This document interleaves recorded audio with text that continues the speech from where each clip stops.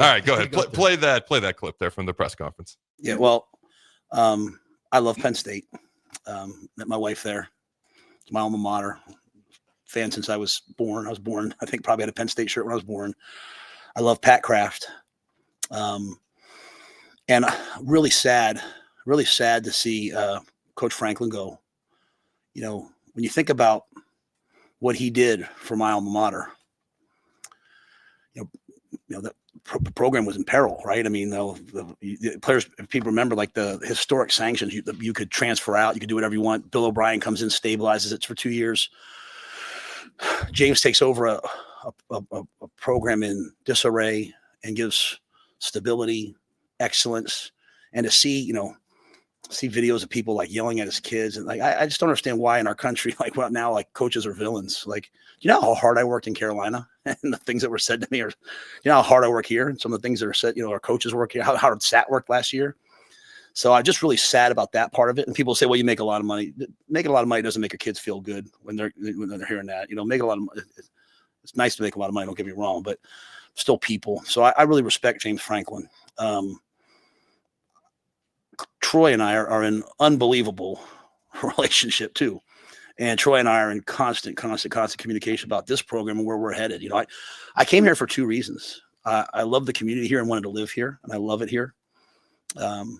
And I wanted to rebuild Nebraska football. And, Troy and I understand the steps that you need to take to make us Big Ten champions and national champions. This place is elite. And I want to be a great father, and I want to be a great college football coach. And so, I'm not going to talk a lot about job openings when they come. Maybe it's been a while here, but this is what happens when you win. I've dealt with it. We've won at Temple, and I dealt with it all the time. I've dealt with Baylor. I'm not going to talk about those things ever. I'm not going to talk about my contract here. I'm going to talk about the team. But yeah, I absolutely love it here, and I want us to continue to take the steps needed for us to turn this thing into a beast. And players all across the country want to come here. We have the best facilities. We have elite fans, and I'm just looking at the future. So, but again, I love that place. I love Pat. I love James Franklin. Sad that came to an end. I wish him the absolute best, but I'm really happy here and excited to get going this week on Minnesota. There's not a lot to take away. Like, there's nothing definitive there. He didn't come out and 100% say, I'm staying here, I'm not going anywhere. Like, I didn't hear that in there.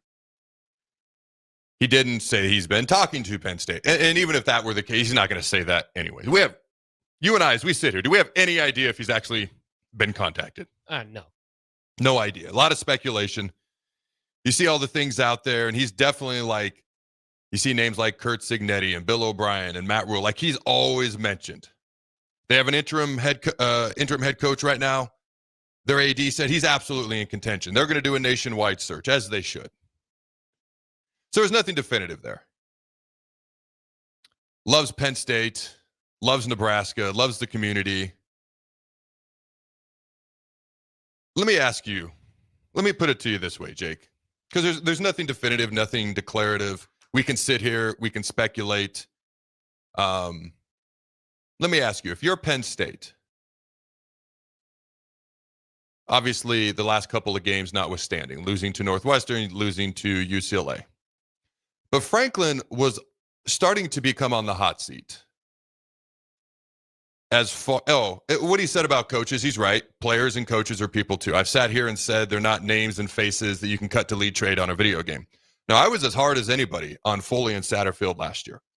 Did I ever once name call? Did I ever once make it personal? Did I ever insult them on a personal level, though, Jake? No. It's about the job you're doing. I love that our fan base is so passionate, because if you're not, you end up with one of the biggest upsets in your entire program's history, like UCLA over Penn State, and you got 10 people to storm the field. Or you go and you host Nebraska, and you have what? Like legit 20,000 people in the stands, and like 18,000 of them are Husker fans, like at Maryland this past weekend. Like, I love that Husker fans are passionate. Just keep it respectful is all I've ever said. Like, no need to involve wives, kids, no need to make it personal, no need to name call, no need to swear. Passionate. And yes, if you're going to get paid the amount that you're paying, there's a level of accountability that comes with the job. There's a level of accountability that comes with the job. There's a level of accountability that comes with the job, just like this job. People text in and correct me, no problem. You better be right. But if you're right and I'm wrong, cool, no problem. There's a level of accountability. I know what it's like to be held to other levels of accountability, and very publicly as well. And so he makes fair points. I just think a level of accountability with passion and respect is like, I'm not great at math. I certainly was not a math major, but that seems like a fair formula when you're kind of like looking at a coach and the job they're doing and how you react. Does that seem fair? Yeah. Okay. And again, it's always, I mean, I think 90% of fans do Yes. all of this, and there's the bad Yes. 10% that drag it down. That's fair too. The squeaky wheel, gets the attention, even though the other 99% of the wheel's operating just fine. Okay. So that's fair too. I'm going to pose it to you as a question like this. If you're Penn State, and Franklin kind of really started to be on the hot seat after you lost to Oregon, because they've been to 5 New Year's, 6 bowl games, and he did. He rebuilt that program. Bill O'Brien stabilized it a little bit. Franklin really built it up after he left Vanderbilt. The last time Vanderbilt was good before Diego Pavia was when James Franklin was there over 10 years ago, and then they went into not being so great. Then they upset Alabama last year, and all of a sudden they're back on the map. Now, so Franklin did do that, and he's done a lot of things. He built them up to winning 9-10 games every year, top 10 team in the initial college football playoff. Had we had a 12-team college football playoff in the past, they would have been in it like every year almost.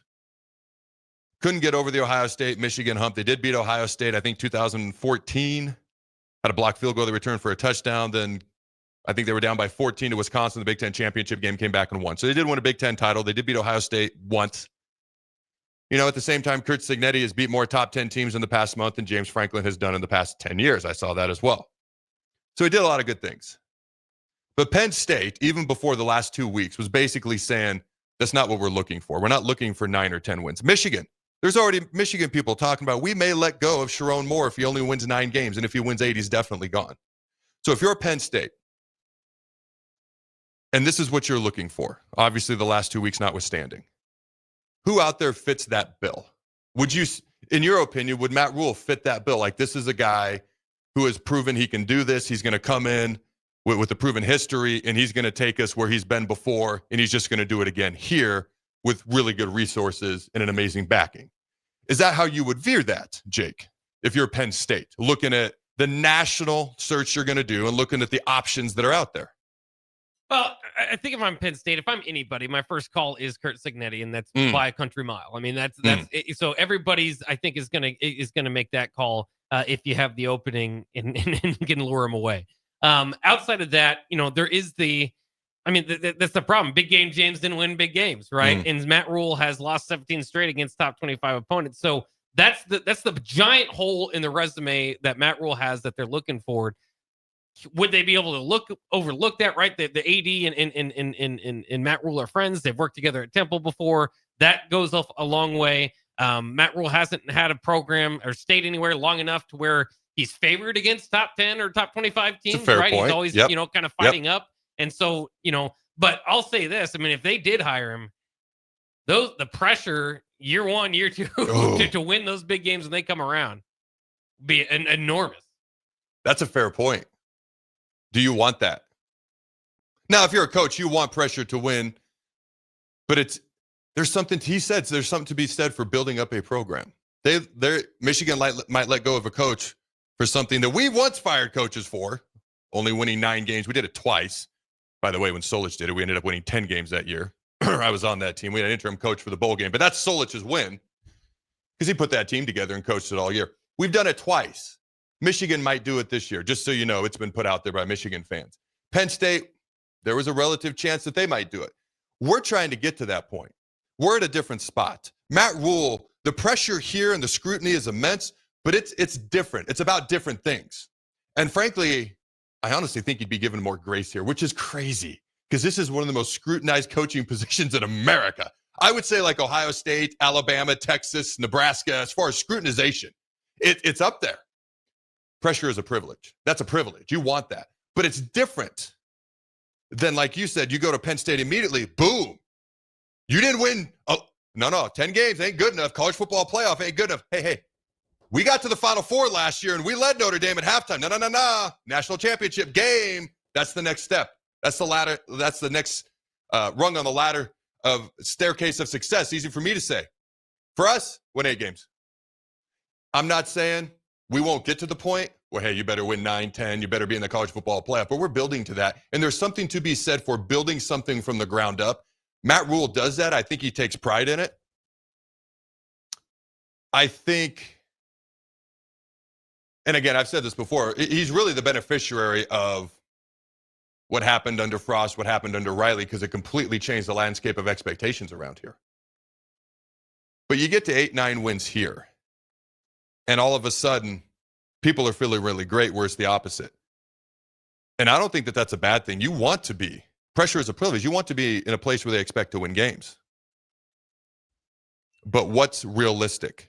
If he's concerned about coaches being treated like humans, which they're not always, that's fair.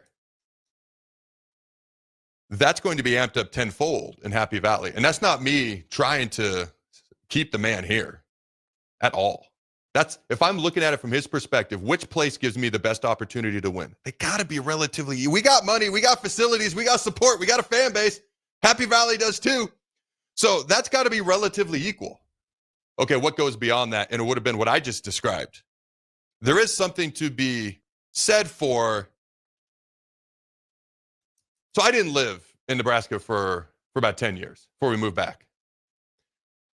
I love seeing people out and about. If you see me, come up and say hi. I'm big. I'm intimidating. I know that. People are nice and tell me I look like I work out. You're lying, but I appreciate it. Come up and say hi. I love it. It was interesting, though, where I lived before, I never got, hey, you're Adam Carriker. Hey, get the Carriker Chronicles. I could go to the store. I might every once in a while get, dude, you're huge. You had to have played football. And I'd respond with, nah, I played water polo or something, you know. There's something to be said for coaching in one spot and being able to go home to your alma mater, because if it doesn't go well, he just watched what happened to Scott Frost. Now, he wasn't here for it, but he saw the tail end of it. He was there firsthand under Trev Alberts. In fact, he may be the only one left in the state of Nebraska that knows what really happened. That's what we should be grilling him on. No, it's not. My point is simply this. He's seen it. Does that factor in? Is it nice to coach at Nebraska and be able to go home to your alma mater and there's separation? Maybe that's something he's looking for. Maybe he doesn't care. I had a conversation with him at one point. I bring that up because he actually brought that up to me, and he said that that was nice. Now, that was a little over a year ago, so things change over time. I think for me, if I'm looking at it from Matt Rhule's perspective, I'm like, hey,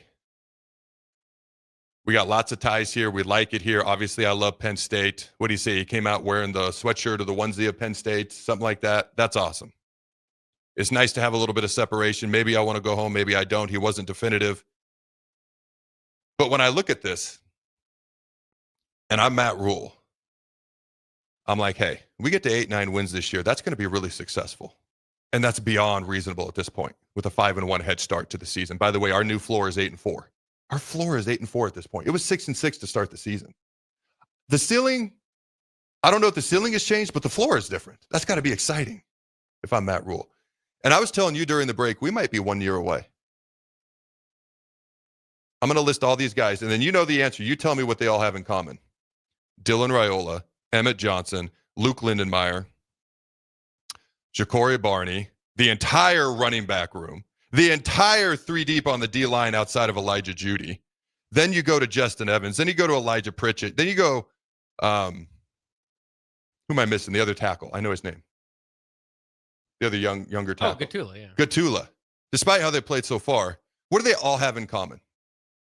Jake. Underclassmen. They're all back next year. Now, you got to fight the transfer portal, but there are contracts and revenue sharing, which stabilizes things a lot more. And there's only one transfer portal now.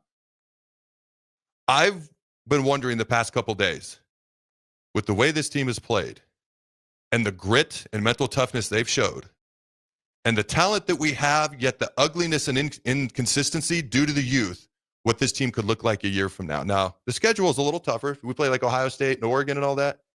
You know what I see? I see opportunities. That's what I see when we play those teams. Pressure is a privilege. Those games are going to be pressure-packed, scrutinized, and that's a privilege, and it's a huge opportunity.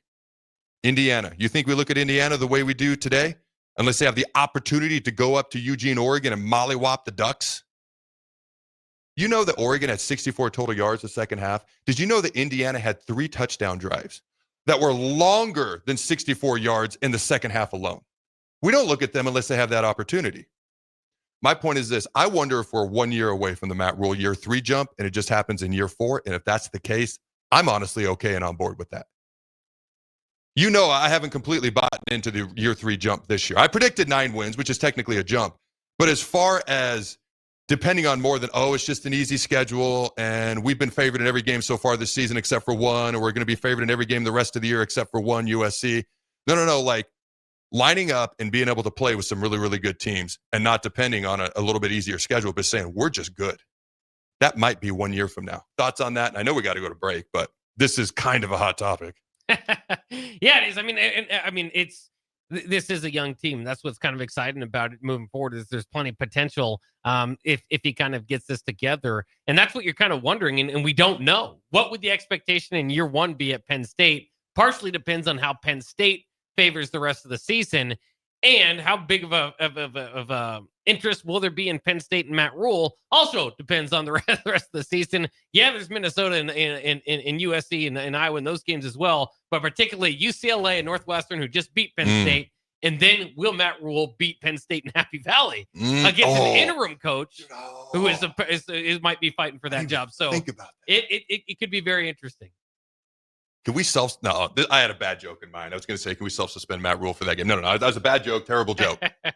I'm still offended. Anyways, I'm going to let it all go. Did what I say, did it kind of make sense? I was kind of like, I felt like talking in circles, but I felt like I brought it back together and hopefully tied it up in a bit of a bow. Did it make sense to you? Yeah. There's absolutely a reason to believe that next year's team, if they can hold it together through the portal, should be able to take a jump. That's what Ohio State did last year. They spent more money bringing players back than they did in the transfer portal. Now, they got Judd kids from Ole Miss, and they got Downs from Alabama. Everybody else they brought back. All those guys that could have gone to the NFL, they brought back. And that's a large part of what Michigan did, not to as much of a degree, but to a degree 2 years ago. And I'm not saying Nebraska would automatically, go win the national title next year, but I'm saying a legit jump, regardless of who we're playing, could, in fact, happen potentially next year. But everything I said before that, the pros and cons, if I'm looking at it from Matt Rhule's perspective to staying versus going, and plus Penn State, what are they looking for? Who fits this? I think you're right. I think Curt Cinetti has to be at the top of everybody's list. No disrespect to every other coach in America. But I think that's fair to say.